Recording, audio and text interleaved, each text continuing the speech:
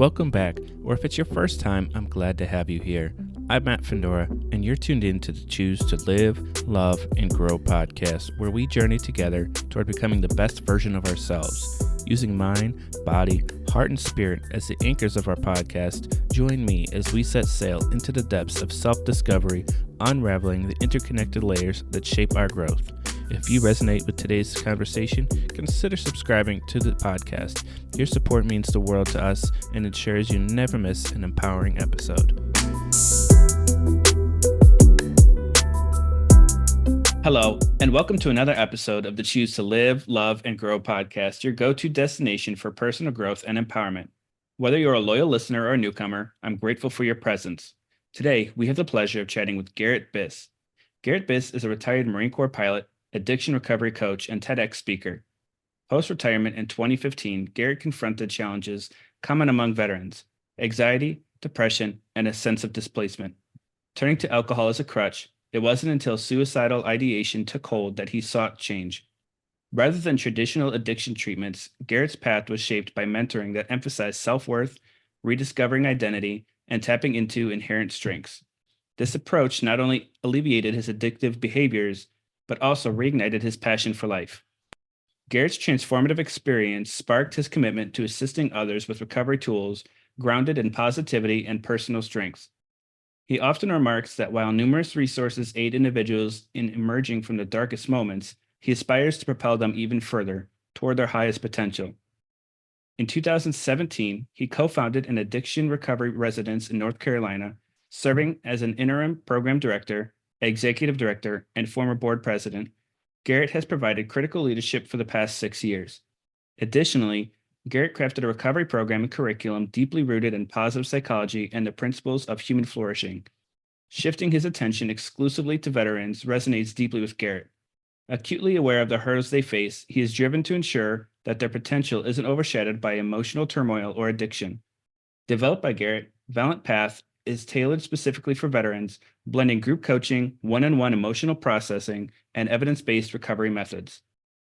A graduate of the Clark School of Engineering at University of Maryland and holding a master's from the Harvard Business School at Auburn University, Garret's spirit of service soars beyond recovery. He's a pilot for the Civil Air Patrol and helms a global water nonprofit, 1 Million Goal Inc. As an award-winning author, co-founder of a recovery residence, and a captivating speaker, Garret consistently leaves audiences inspired, bolstered in self-worth, and imbued with a newfound sense of purpose. Some of Garret's proudest accomplishments include being a father to a 14-year-old daughter and 2-year-old son, being a Marine Corps officer and a Marine KC-130 Juliet pilot, being a TEDx speaker titled The Unspoken Trauma All Veterans Face, and founding of the water nonprofit 1 Million Goal, which helped provide life-saving clean water to more than 12,000 people. What makes his heart sing? Turtles, live music, sunset, being barefoot in nature, traveling, learning about the unique things that make towns special and what the locals enjoy. Without further ado, here's Garret. How are you doing today, Garret? Matt, I'm doing well. Thanks so much for having me.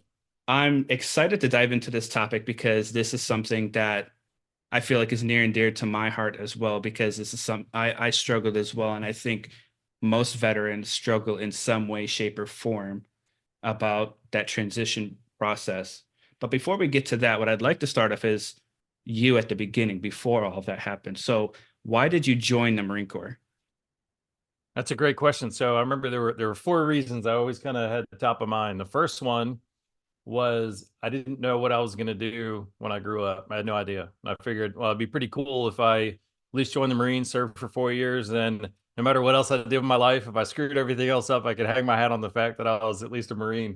And that really, it was when I was in high school, that movie, The Dangerous Minds, came out. And one of the things about, there was a phrase in it, and it's a phrase I've heard everywhere and said many, many times, but the phrase, once a Marine, always a Marine. And I remember it really resonating with me at that point and thinking, yeah, that's true. Like, no matter what I do the rest of my life, I could punt the rest of it, but I could at least say that I was a Marine. So that was a big thing. Another thing, I didn't know what I was going to do, professionally, or what I was interested in. So I figured it would give me some time to figure it out and an opportunity to help pay for it whenever I did figure it out through the GI Bill or through the tuition assistance program. And lastly, one thing that really resonated with me, or kind of really caught my attention, even as a high schooler, was recognizing that anytime, so I was the typical, I'm going to join the Marine Corps high schooler. So 4 or 5 days a week, I was wearing a Marine Corps t-shirt of some form. And I remember that anytime I would strike up a conversation with a veteran who had served, whether it was Vietnam, whether it was, World War II at that point, Korea, I noticed that something came alive inside of them when they started talking about that service, that time in service, whether it was 20, 30, 40 years before that. They had very vivid memories, and they could talk, kind of enthusiastic and passionately about that time that was in the service. And it kind of struck me. I was like, this guy probably couldn't tell me what he's doing, 10 years ago, but he remembers very vividly what his time in the service was like. And though I didn't really understand what that was or where it came from, I thought the only way I could figure that out was to go experience it for myself. So how long did you end up serving for? Just under 17 years. So I enlisted in 1999, was selected for the MESEP program, and then fortunately selected for flight school after that, and then retired in 2015. So what'd you do as an enlisted then? I like to say I was a combat accountant, and that's just a fun and fancy way of saying that I was a comptroller. So I worked in a comptroller shop doing budgets and spreadsheets, but combat accountant sounds a lot cooler. So Yeah. Where was your favorite place to be stationed? that's a great question. I really enjoyed all of them. When my first duty station was Okinawa, and a lot of guys thought I was crazy. One of the deals that I made with my recruiter was that I would get an overseas duty station. It was my first duty station. So when I finished the FIB Tech school, the 3451 MOS school, they actually gave me orders to Honolulu, and I was like, no, that's not going to get me my overseas ribbon. I want to go overseas like my contract says. So I gave up orders to Honolulu and ended up going to Okinawa. But that was a a transformative experience, being 18, 19 years old in a foreign country, and and the curiosity and the nerve, I guess, in some ways, to just walk off base, hop on a yen bus, travel all around Okinawa, not knowing even how to communicate with anybody, but just figuring I'll figure it out on my own. So I think that experience, it was a beautiful and kind of transformative experience, and helped give me a lot of confidence for world travel and everything I did later on. Mm-hmm. So I joined out of high school as well. Wasn't necessarily in my cards originally, but I ended up joining. And I did the exact same thing, but I did it in school. I said, hey, like they give you a list, hey, which order do you want this in? And I was like, all right, like I want overseas number one, and maybe East Coast number two, West Coast number three. And so I got lucky. The very first duty station I had was Iwakuni, Japan. So I got that Okay, same awesome. exact experience that you had. Yeah, that's You fun. 19, you have no idea what you're doing. And it was the first time I was away from my family as well. So Mhm. everything is just so different when you're away from your home, and all the different different kind of challenges that you have to face Yeah. because the travel, the language, the culture, and everything like that. Yeah, it's really sink or swim. And unfortunately, a lot of young Marines and service members, I'm sure from all branches, they'll just kind of spend all their time cocooned up on base. And I mean, it's sad to kind of miss that opportunity. So you and I were both in the same boat, where as PFCs and and privates, we still had this thought that the Marine Corps really cared about where we wanted to go, and that they would actually, that was even a factor in their decision. Yeah. Yeah. So after you were, let's say, 17 years in, what was it like making the decision to hang up the uniform? It was honestly, it was one of the hardest things I've ever done. And I still remember standing on the side of the flight line at Cherry Point and watching some C-130s in the pattern, and realizing that it was my time to make a decision to let that go. So, I was dealing with some things in my family and personal life, and had a lot of other goals and ambitions and interests that I wanted to do. And I realized that if I didn't take the opportunity to get out and take an early retirement when I did, that it was going to potentially cost me too much. My family was struggling. I'd been deployed for two of my daughter's first 4 years of life. So we had, a semi-estranged relationship. And really what it came down to is I realized that I love flying the C-130 so much, and I loved everything about being on that plane and working with those guys and gals. But it kind of came to me as though it was almost an indulgence at that point. And though I loved it, it was bringing joy to my life. It wasn't helping me in the pursuit of some other goals and ambitions that I had. So I made that up. I made the decision. I'd loved every part of my career up until that point, and I was like, the Marine Corps is going to get me back at some point. So I figured if I were to do my twilight and try to get another C-130 flying job for the next 3 or 4 years and take me up to the full 20, that was a possibility. But a greater possibility was that they would send me to an IA billet, or I'd end up trying to transition or retire out of the Marines from overseas. And I didn't like them having so much control over my life at that point. So I figured, it's been a good run. And then I got an opportunity here to take an early retirement as they were downsizing the forces. So I applied for it and took it. Also, and for any officers that might be listening to this, maybe they can appreciate, I was a senior captain at that point, and I was in the zone for major, and I was like, I've got too much self-respect to be a field grade officer, so I better bow out now while I'm still a company grade. It's interesting because, like, if I compare that to how my story went, I joined, I didn't really have a plan, similar to you. I didn't really know what I was going to do. So I was like, you know what, as I started doing, I was like, you know what, I really like this. I want to do this for a full 20. And so that was always my mindset, was I'm going to do this for a full 20 and I'll find something to do. And then as time went on, I was like, you know what, like I started to create that plan, after my 20 years. But things ended up happening and I had to make a tough decision. And at 10 years, I was like, you know what, I can't keep doing this because this isn't good for the Marine Corps. This isn't good for me or my family. So I had to make that tough decision. And ironically enough, I had to get out while I was overseas, which made things extremely difficult with, married, and my son was just born at that time too. So now I have 3 kids, including one's a newborn. That was a very tough transition process. Yeah, I can appreciate that. Can imagine. And that was an awareness that I came to as well. You kind of touched on this, is that I knew that I wasn't giving a good version of myself to the Marine Corps anymore. And I didn't feel good about that. And I knew that there was, I was distracted with some other things and I wasn't showing up the way that I once did. And that kind of bothered me. So I figured it was almost a duty of mine to step aside as I could, and allow other Marines to kind of take that place. So after you decided to hang up the uniform, how did that transition process go for you? It's hard not to fill that line in with a bunch of 4-letter words, but it was very challenging. The minute that I got the notice back from headquarters Marine Corps that had been accepted, it was, started just an extreme period of anxiety and stress and worry.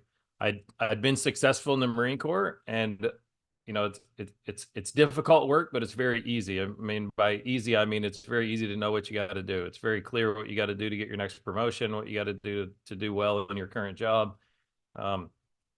And I was really scared about how, if any of that was transferable to the civilian world, and how I would manage it in the civilian world. So that scared me a lot, and that's really when a lot of the anxiety and panic attacks started to settle in while I was waiting for my retirement to come through. I remember having multiple times, either at work or I'd have to go sit out in my car because I was afraid I was going to pass out, or you know what it's like. The persona that we keep all the time. So you can appreciate this, that there was a time where I was in the hallway at work and thought I was going to pass out, but I was as afraid or more afraid of the younger Marines seeing me leaning against the wall. So instead of like leaning against the wall and bracing myself, I kind of scurried back to my desk as well as I could before the real part of the panic attack set in. But I was like, that was a little bit of a wake up call. Like, what the heck's going on here? I'm not dealing with this very well. Something deeper is going on, and I'm kind of scared about it, and I don't really know what to do, where to turn. So what happened after that? So I processed out of the Marine Corps, and I was really scared. I mean, a lot more fear kind of settled in at that point. I was really scared about how I would deal with the mental health challenges that were taking place. I mean, always, alcohol is always, present, and I abused alcohol a lot while I was active duty, and I was afraid that I could go down a road where that would not end in a good way. And as I was dealing with that and facing, and processing through the transition and trying to find myself in the civilian world, trying to figure out what I could do to earn some money and what my profession might be, there was a lot of self-doubt that kept creeping up. And then, the thoughts of, is this worth it? Am I doing more harm to those around me? Am I going to navigate my way out of this successfully? Or should I, when the thoughts of, should I just kind of, take the score where it is and call it quits on this life? That probably scared me the most. And I knew at that point that a lot of veterans were committing suicide. I mean, that's a number that we hear about all the time, 22 veterans a day or more. So I knew it was something that was very common. I'd had a friend at that point that had taken his own life. And I couldn't say how close I was to crossing that line. I didn't know what it looked like, the day before you do it. And I didn't know if I was days away, weeks away, if I would ever do it. But I couldn't tell how close I was to crossing that line and not having that certainty and having more and more thoughts about how I might ultimately do it. And I think what struck me the most was when I would have thoughts maybe of how I would take my life, and the thoughts no longer shocked me. It almost seemed a little bit more routine. So that was a part of kind of what scared me and inspired me to seek some answers to that question. I often talk about shortly before that, during my last deployment, I had come to terms with the fact that I wasn't experiencing as much joy and fulfillment in my life as I wanted to. I mean, there was still a void inside. There was still this, some feelings of not good enough, some feelings that my life weren't going well. From the outside looking in, everything probably looked pretty good. I had a great job, good career, wife, kid, 2 cars, nice vacations, like all the stuff that society and that life suggests that we should want, and that, to create that sense of joy and fulfillment. I realized I had all those things, but mostly I felt dead inside. And I realized that I was pouring all the time and energy that I had into achieving and attaining these things that I thought would bring that sense of fulfillment, and putting 100% of the energy that I had into it, I was getting very little return. So I kind of, fortunately, I came to this thought that, okay, one of two things is going on. Either life is supposed to be this miserable experience and we suffer through it as best we can, or there's some fundamental values, beliefs, and understandings about the world that I'm just completely getting wrong. And hoping it was the latter, it kind of inspired me to go try to find some answers to those questions. Like, what is it that I'm valuing that is serving me not in a healthy way? What are my beliefs? What are my understandings? Where am I putting my time and my energy, that's not creating that fulfillment? And maybe what are some ways that I could change that? What was the tipping point for you where things like shifted, where you were on that downward spiral of whether that was identity loss and trying to figure things out and, contemplating suicide? Where was that trajectory up? What was that turning point? Yeah, the thing that helped the most was as soon as I got out of the Marine Corps. So I retired in July, I guess June 30th. And then in August, I went to a workshop. I'd been introduced to the work of Jack Canfield. He's one of the co-authors of Chicken Soup for the Soul, wrote a book called The Success Principles. He was featured in The Secret. And he does these workshops every once in a while called Breakthrough to Success. So still trying to kind of figure out what my path might be after the Marines, and inspired by some of the work that I've heard of his. My dad and I invited my dad, kind of pulled him along, made him go out to Scottsdale, Arizona with me for a week to experience this breakthrough to success. And during that week, I began to get a little bit more clarity. There was a lot of focus on self-love, self-awareness, self-acceptance, recognizing the strengths that you have, and finding little bits of joy that you can invite back into your life, and doing it intentionally. So there was a lot of healing, a lot of cathartic experiences that we went through that week, helping purge some things that weren't serving me, helping me come to terms with some things that weren't providing the best return for me, and then getting clear and excited about what I wanted to do with my life, moving forward. And I think it was having that thing to look forward to, and feeling for the first time in a long time that I had maybe the tools and the capacity to affect those things or create those changes that I want, make the progress towards those goals. It gave me some hope that things could change. It certainly wasn't a journey or an abrupt change that happened overnight, but for the first time I saw a little glimmer and some evidence that things could get better. So if you don't mind, I'd love to share, my transition process. And Please. Yeah, please. this isn't something I normally talk about, and I think this is the perfect time, I guess. So when I made the decision to get out, it was, it was during my paternity leave, the leave that I took right after my son was born. So this was within a month that I had to tell my wife, hey, I don't want to do this anymore. And we're in a foreign country, so she has all the hormones going on, and I'm telling her I don't want to do this anymore. And my EAS was October. It was October. So this is within 4 months, and we're living overseas. And so we had to make decisions so quick on what we're doing and where we're going. We need to pack everything right now and go through all this process. And so the hardest part again was because we're overseas, we had nothing in the States for us. We had no car, we had no house, we had no guaranteed job because it was short notice to make all these decisions. And so the best decision that we had to make was, my wife is Filipino, and so her and the kids went to go live in the Philippines while I transitioned to the US, found a job, and tried to find a permanent job so then they can come back to the States and we can all be together again.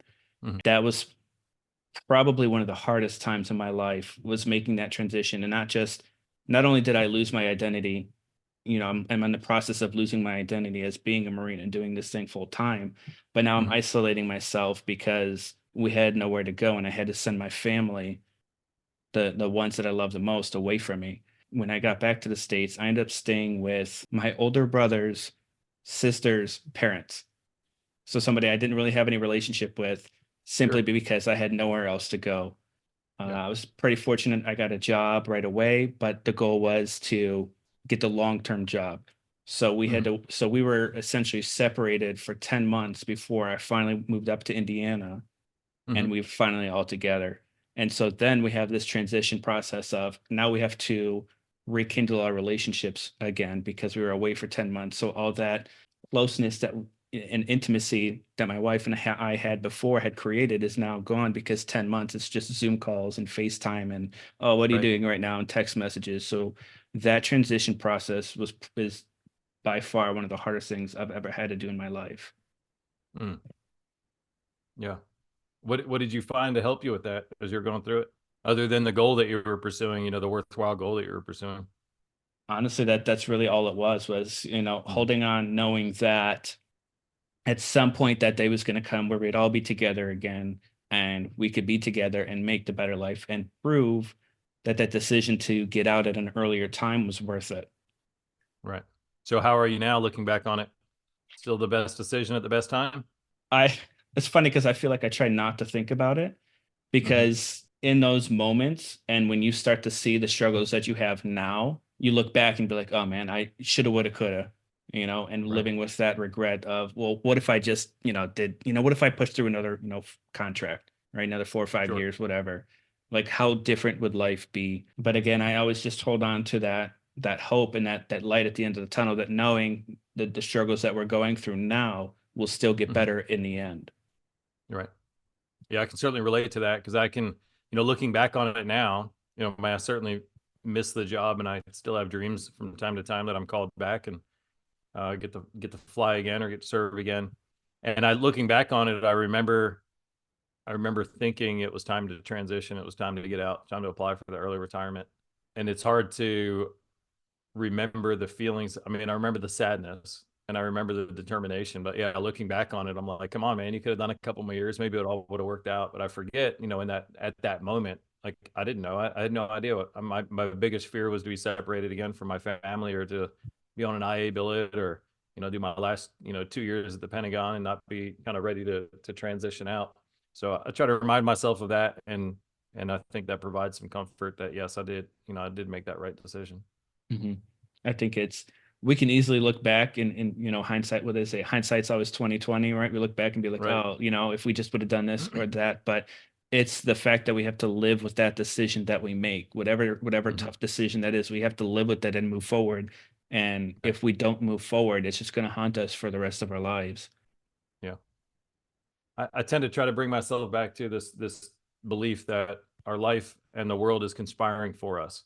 So even though we can't maybe see the ultimate outcomes now, there's something that we will appreciate in the future when we can connect the dots from a different perspective and enjoy some of that hindsight. We can see where the hard decisions, the pain, the trouble, the heartache, the missed opportunities, we can see how that all worked perfectly together to kind of get us where we ultimately want to be, where we're the happiest. Mhm.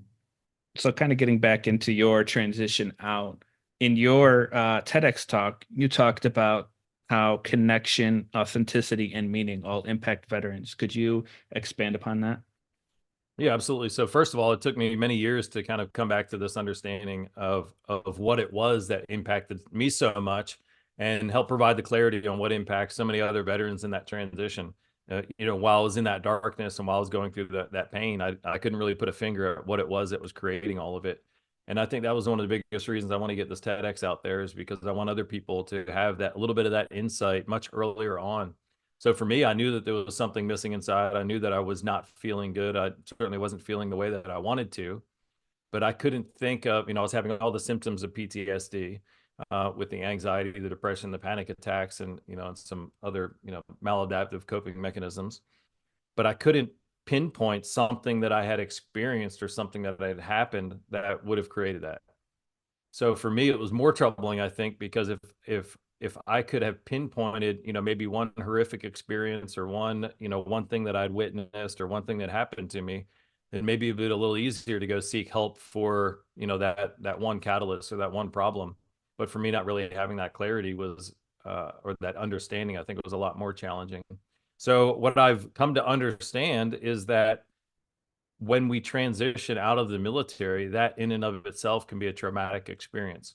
And as I understand trauma, this kind of, not a clinical definition, but in layman's terms, I understand something to be traumatic if it creates a fundamental shift in our values, our beliefs, or our understanding about either the world or about who we are and our place in it. So if we look at something that, that we'd think of as traumatic. So maybe somebody's in a car accident and they lose a loved one who's traveling with them in, in a horrible car accident. Well, up until that moment, this individual lived in a world where you could generally get in a car and drive around. You don't have to worry about something abruptly, horrific happening like that, or losing a loved one. And now after that moment, they now live in a world where that sort of stuff happens, and you got to be ready for it. And you never know what's going to happen. For somebody maybe that was assaulted or violated by a loved one or a caregiver when they were growing up. They lived in a world where you could generally trust and, be comfortable and safe, feel safe around those people that are close to you and those people that you think that you can count on. And then after that experience, you now live in a world where that's not necessarily the case, and you can't trust people and you can't feel safe around those that you should be able to feel safe around. And I understand the trauma, or the effects, the symptoms of the trauma, to be symptoms of not being able to reconcile the old world that you lived in and this new world that you're realizing you're finding yourself. Because there's one value, or there's one belief that you've proven now that is not true or was not true, and it can make you start questioning, what are the other beliefs that I have that might not be true, and what do I not understand about the reality of the world that might be a threat to me. So from that lens and with that context, a transition out of the military, when you lose fundamental human needs, or the way that you've met fundamental human needs, that experience itself can be traumatic. So there are many veterans who suffered, horrific things either on the battlefield or in a training mishap, or, there's a lot of studies and reports recently about sexual assaults and sexual traumas that happen to people while they're serving. So there's certainly individuals that have experienced that and are experiencing symptoms of trauma as a result of it. But there's a lot of other veterans that are experiencing the symptoms of trauma, and the catalyst for it was that rapid transition. So I don't know how your transition period was, your week of TAP classes or TRS classes, but for me, I was woefully unprepared for the realities of the mental and the emotional and even the spiritual changes that I was going to undergo. We talk a little bit about updating your resume, and this is where you go find an apartment, and this is how you can get a job, but there's nothing in there about, oh yeah, your identity, your sense of self and your identity is going to be lost. Oh, a connection that you need, which is a vital need for humans, for our emotional well-being, you're going to lose all that sense of connection that you had with this brotherhood or this sisterhood that you've been experiencing. For those of us who joined right out of high school, I was 18 years old. I didn't even know myself as an adult until I knew myself in the context of being a Marine. So when you lose all of that, and you lose that sense of meaning that you have from your service, most of us that serve were called into service because of, the great sense of, meaning that comes from serving our nation, protecting our loved ones, doing something, meaningful, serving for and protecting our brothers and sisters in arms. And when you lose all of that in an instance, it can be a traumatic experience, and it leads to a lot of the suffering and a lot of the struggling that we experience and that we face. Mm-hmm. So when it comes to men's mental health, which I love focusing on, two of the most important factors that impacts men's mental health are loneliness and worth. And so when veterans are getting out of the military, they're transitioning to that civilian sector. How do we find a support system that helps us through with that loneliness? And how do we find our self-worth? Yeah, great question. So I think the first thing with loneliness is understanding what kind of creates that sense of loneliness. So for me, I understand that, we need that. We have this need for connection. We need to be connected to other people. We need to know that we're part of a tribe. We need to know that other people have our backs. I mean, it's such a fundamental need that even our emotional regulation relies in many ways on connection with other individuals. Our brains are hardwired for it. When you connect with another individual, whether you're just hanging out or you're laughing together or you share a hug, it helps us process negative emotions. And we experience the greatest and the deepest sense of connection when we can show up authentically, be ourselves, share what we need, share what we want, share what we're thinking, and feel that we're still accepted. Unfortunately, if we're ever in an instance or a situation where we either have to choose between connection or showing up as we truly are and expressing our authenticity, connection is such a fundamental need that most times we'll choose that connection over showing up as our true self. So what does this mean? So this means that we start to hide things that we're thinking, hide things that we're feeling, putting on masks and showing up as a version of ourselves, hoping that will fit into our tribe. So as we're transitioning out of the military, it's very common. I mean, I remember being in rooms and being surrounded by people or going to social or networking events and feeling, even though I was surrounded by people, still feeling alone, still feeling isolated, still feeling, and experiencing those symptoms of being alone and disconnected. And what I realized was the reason for that was this lack of authenticity. And there'd be times where I'd share some things that I was thinking about or share some things that interest me. But, for one, being a Marine, for two, being an aviator, like even my language was a lot different. So it kind of created a barrier. So I think one of the most important things that I found and when I'm working with individuals through the Valiant Path is the first step is reconnecting with ourselves. So as you lose that sense of identity, as you take off that uniform and everything that you knew of yourself as an adult and as an individual is stripped away, it's very important to come back and find who you are. And that means connecting to yourself, connecting to your wants, your needs, your desires, also connecting with your value and self-worth. You talked about that sense of self-worth. So our brains are hardwired, as I understand, for preservation and survival. So as we to preserve ourselves, to preserve our connection, to preserve our survival, we don't want to make mistakes that we've made in the past. So it's very common if we do something that we don't want to do, if we're embarrassed about something, if we fail to do something, if we fail a test, if we do a bad performance on a project, it's very common for our mind to repeat that or to hold on to that or to not let go of that embarrassment or that failure, that setback.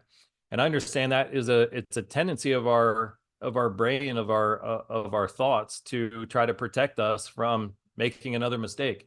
If you look at whenever we succeed at something, whenever we do something really well, when we reach a goal or we have an accomplishment, that's not going to be a threat to our survival, in the future. So we very quickly minimize that or forget about that, or it goes, into our subconscious or kind of off of our conscious awareness. Well, as a result, if all you're thinking about is the failures and the setbacks and the defects that you have and the things that you've done wrong, this is horrible for your sense of self-worth. So, and this is one of the things that Jack shared with me during the Breakthrough to Success. One of the first things I was introduced to was, if I can carry around an inventory of all the bad things that I've done and I'm constantly and consciously aware of it, well, why don't I intentionally bring back to my awareness and recognition many of the wins and successes that I've had? If there's one of the first exercises I'll do with a client is like, okay, I want you to make a list of 100 wins and successes you've had throughout your life. And most people will say, are you kidding me? I'm 30, I'm 40, I'm 50. I haven't had 100 wins. Like, are you serious?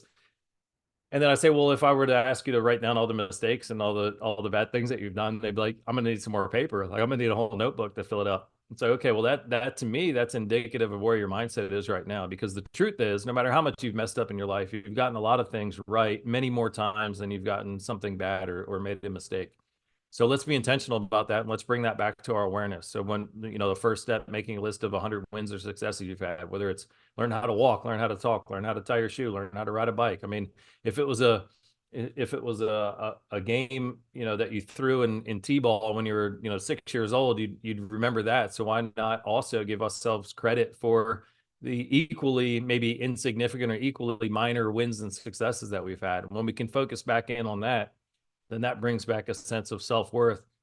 And through that sense of self-worth, it also fosters our confidence and our ability to make those connections. So not hiding with fear behind masks, hoping that we'll get a sense of connection, but showing up with confidence, knowing, reminding ourselves and knowing that we're deserving of that connection, that acceptance from others.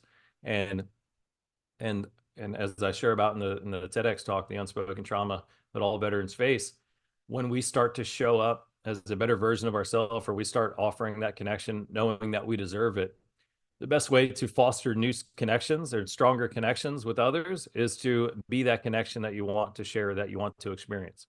So if we're, one of my mentors, Zig Ziglar, said, if you go out in the world looking for friends, you won't find them anywhere. If you go out in the world trying to be a friend, you'll find them all around. You'll find them in abundance. And that's a beautiful reminder that we are going to experience, and we're going to attract to us, or we will see the things in life that are more closely a representation or a mirroring of what we are, or how we're showing up. We think that everybody's rude and everybody's judgmental and everybody's a jerk and nobody wants to cut us a break. That's an invitation to look at us and like, how do I present to those that are around me? Am I judgmental? And this is a big thing that I learned, after my first marriage, realizing that I was showing up with a lot of expectations and frustrations and judgments and feeling like I was taken for granted. And I realized, well, damn, that's probably the way that I was showing up. That's probably the way my ex-wife felt, is that I was taking things for granted and I wasn't appreciating things. So that was a real awakening for me to understand that what we want to experience in our life, especially with connections, especially with those that we're connected to, we need to first be the embodiment of what that connection is that we want to experience. It's like Gandhi says, be the change you want to see in the world. Well, be the friend that you want to experience, and be that connection for other people that you want to experience, and you're more likely to find it. Mm-hmm. When people are focusing on their personal strengths and finding what that is for them, how do they find that and hold on to it consistently instead of letting that be a fleeting moment of, hey, I'm just going to do this one time and go revert right back to that old mindset? Yeah, it's a great question. So I think our natural state, our default state, is to think about the things that we're not good at, or think about the things that we've messed up in the past. That might be the natural state, but it doesn't mean that we can't recondition that. It doesn't mean that we can't change that natural state, or at least provide some ammunition to the fact that we are awesome and that we do have strengths, and there's things that we are good at, and there's things that we've succeeded at in the past. And really what it comes back to me is just an intentional conditioning, or an intentional awareness of those things. So it can start by writing a list, and that's great. But if you're not revisiting that, if you're not looking at that in times, then you're not going to develop that muscle memory. I mean, it's much of a habitual memory or muscle memory when we think about those, when we get into that fight or flight state, and we start thinking about the things that we've messed up in the past, or the things we're not good at. We can start to reprogram that, just like you and I were conditioned down in in boot camp to drop some beliefs and to start thinking about things and seeing things in a new way. We can do that as well. But it requires repetition, and it requires intention. First, intentionally wanting to seek the things that are good about you and seek the strengths that you have, and doing it in the time. This is where a lot of people get caught up, myself included. Doing it at a time where you can process that and where you can remember that. If you're trying to remember the strengths that you have in a time where you're in a fight or flight state, or you're panicking, or you're facing a challenge that you have to overcome, we typically don't have access to that part of our mind and that part of our thinking to remind ourselves. So developing the muscle memory in a time when you can process that, when you're calm, when things aren't going bad, then that's like the best path forward. I work with a lot of people in addiction recovery, and it said, develop those habits. So whether it's calling your sponsor every single day, or doing some of the self-care practices that you develop, you got to do those things when everything's going well, because you're creating that muscle memory, so that when things aren't going well, you continue to, follow through with those things. So I do some different kind of breath techniques. I take cold showers every morning. I do some cold plunges. I do some different journaling and different visualizations or meditations. And if I'm not doing those things when things are good, when it feels like I don't need them, then I don't have access to those things when I really do need them. So that's the biggest thing, is being intentional about it and conditioning yourself or developing that muscle memory when things aren't bad so that you have access to it when you really need it. Mm-hmm. So when a veteran is transitioning, looking at this in two different lights, from an organizational standpoint, how do we improve that transition process? And then from an individual standpoint, how does the veteran improve that transition process? Well, I think just what I was talking about, for one, is the awareness piece. So, the beautiful thing about the TEDx talk, it's an 11-minute talk, and I think it can, at least for me, it would have, if I could have heard that when I was transitioning, at least would have planted some seeds and given me a little bit of clarity when things were going off the rails and they weren't. Maybe it would have given me a little sense as to why, and some hope about what I could do to fix it. So sharing that talk, and whether it's something that affects veterans now. So one of the things I've seen with veterans, a lot of most veterans struggle at some point when they transition out. For some, it's the first year. For others, it's after 3 years and the PCS isn't coming up and they realize, oh, this is their new life. For some, it's immediately the minute you take off the uniform and get your DD 214. So it's a different time for everybody. So I think it's important, one, just to have conversations about this to help normalize the understanding that it's normal for veterans. It would be abnormal for veterans not to struggle with that transition. So I think the more that we can talk about it and not make it something that somebody suffers through silently, that can go a long way, and that can really help. And then I think just anything we can do to encourage veterans, either before transition or during transition, to maintain some of those good self-care practices so they have the emotional resilience to deal with those hard times when they come up. That's extremely important as well. So what's one thing that you wish every civilian knew about the veteran experience, and how can they help? I think it comes back to this, as well, is that the transition from military service itself can be traumatic, and it is for a lot of veterans. And then just understanding why. So not, for the last couple of years, I've spent a lot of time giving a presentation to mental health professionals and helping professionals to help them understand what the veterans are going through. And the feedback that I've gotten is, wow, I never saw it through that light. I've got much greater clarity and understanding and compassion for the plight that veterans are going through, just because now I have a contextual basis for it. For a lot of mental health professionals, and maybe this is just my perception, but what I've realized, or what I noticed, was that when mental health, maybe this is more at large, maybe this is our population at large, when they think veteran, when they think PTSD, they automatically assume that there was something horrific like on the battlefield. And like I said, that can be true for some, but it's not true for most. What is true for most is that transition is a very challenging time and a very stressful time, and it requires a little bit of understanding, I think, a little bit of compassion, and a little bit of support from that informed position on what the veteran's going through, why, and maybe what they can do to help encourage them with some growth and change. Mm-hmm. So now that we're getting near the end of the episode, I have 3 questions which I ask all guests, and these are over the topics of what this podcast is, which is live, love, and grow. So the first question I have is, what advice can you share about how to create a life that leaves a positive impact on the world? I think everything starts with us. So doing the things that you can do to be the version of yourself that you want to be, so you can carry that light out and be an inspiration and be a model to other individuals and how to live a good life. And just, I think, through that and through the modeling of that and demonstrating that and allowing, it gives permission for other people to do their work and to kind of find their path and find the things that help them best to move forward. The second question I have is, what are some practical ways people can cultivate self-love? So I think we talked about a few. So here's one really powerful thing. And actually, I'm glad you mentioned this, because it reminds me, I do have a free resource for any of your listeners that are interested in it. And it's a program. It's called the Warrior Reset. And it's a couple of things that you can do each day. It takes no more than 15 minutes, 4 very simple practices that you can do to help build and develop or regain the emotional, physiological, spiritual resilience that we have. One of those exercises is called a mirror exercise. And very simply, and it's described in the Warrior Reset for anybody that wants to go there and check it out. But very simply, it's an invitation in the evenings right before you get into bed to give yourself a little bit of credit for the things that you've done well through the day. So recognizing any accomplishments that you've done, any goals that you met, any temptations that you avoided, and most importantly, at the end, recognizing and telling yourself that you love yourself. So I'd finish that and I'd say, and Garret, I love you. And when you're looking in the mirror and you're making that eye contact, it communicates with you on a much deeper level. But when we do this, especially when we do it at night, especially when we do it before we fall asleep and get in those different, brainwave patterns as we're sleeping, it plants a seed that continues to grow throughout the night, of this seed of self-acceptance, a seed of recognition and acknowledgement. And that I haven't been exposed to, I haven't found anything that's more impactful and more simple for regaining that sense of self-love and self-acceptance. I love that.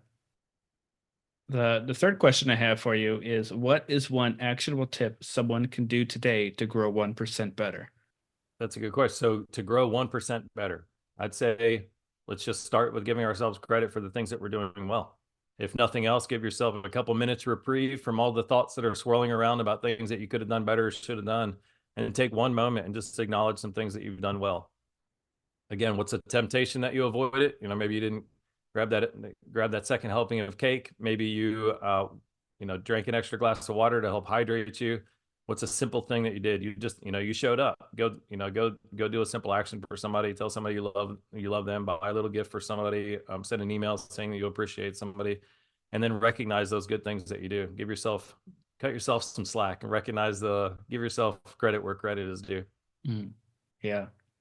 How can people connect with you?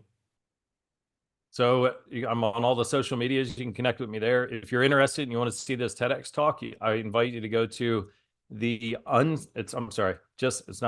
just unspokentrauma.vet, and I'll provide a link and you can put it in the show notes. This is an opportunity to not only check out the TEDx talk, but also if you want to invite other people to experience it, there's an opportunity there to host a watch party. And basically that means that we show up on a Zoom room or show up in person, watch it together, and then provide an opportunity for sharing and Q&A afterwards. I think tremendous growth and gains of awareness and healing can happen when we have that opportunity to share. So that's really an effective way to do it. Of course, you can go to my website, garretbiss.com, and of course, go to thewarriorreset.com and check that out. Awesome. And how can the audience support you on your journey? I think be their best self. So just continue to work on themselves, give themselves credit, and try to inspire and offer other people permission to grow that 1% each day and show up as a better version of themselves. If you can share the TEDx talk with anybody that you know, that would be extremely helpful and extremely valuable. I want to get this message out to, there's 19 million veterans out there. I want to get it out to at least 1 million people, so that not only veterans can experience a little bit of clarity and hope, but their loved ones can as well. Yeah. Well, Garret, I really appreciate you coming on here and acknowledge you for the difficulties that you went through, that you were willing to share with the audience in the hopes that they don't have to go through that same thing. And I just want to thank you. Thank you. Thank you, Matt. I appreciate you. Thank you for listening to today's episode of the Choose to Live, Love, and Grow podcast. I hope you took something away from this episode that you can implement today, just like I did. I'd love to know what your biggest takeaway was from this episode. Let me know by sharing this episode in your Instagram stories and tag me at Matt Fendora. If you've enjoyed this episode, the ones before, and/or you're looking forward to future episodes, please hit that subscribe or follow button. It helps me get this information to even more people. No matter what you choose to do, choose to live, love, and grow. Thank you, and have an outstanding day.